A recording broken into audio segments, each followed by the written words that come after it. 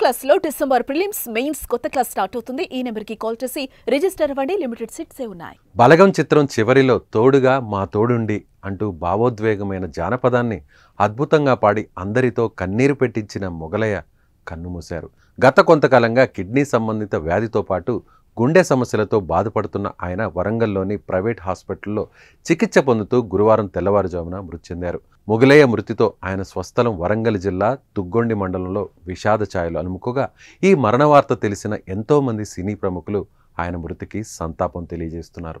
తెలంగాణ సంస్కృతిని సాంప్రదాయాలతో పాటు కుటుంబ విలువలతో కూడిన బలగం సినిమా సంచలన విజయం సాధించగా అందులో మొగలయ్య పాడిన పాట అందరి హృదయాలను హత్తుకుంది.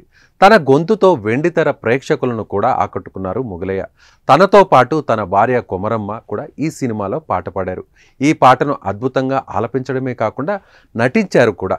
తమ గాత్రం అభినయంతో అందరినీ కన్నీళ్లు పెట్టించిన ఆ దంపతులు నిజ జీవితంలో ఎన్నో ఇబ్బందులు ఎదుర్కొన్నారు.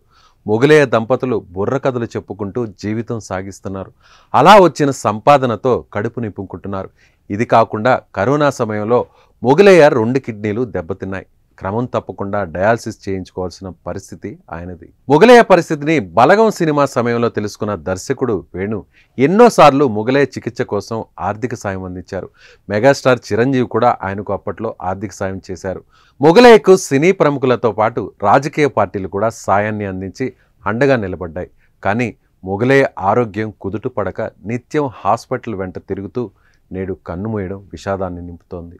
నిరుపేద కుటుంబం నుంచి వచ్చిన మొగలయ్య జానపద కళనే నమ్ముకొని జీవనం సాగించేవారు. ఆయనకు ఒక కుమారుడు ఉన్నారు. మొగలయ్య కుమారుడు సుదర్శన్ ప్రస్తుతం స్టీల్ సామాన్లు అమ్ముకుంటూ జీవనం సాగిస్తున్నాడు.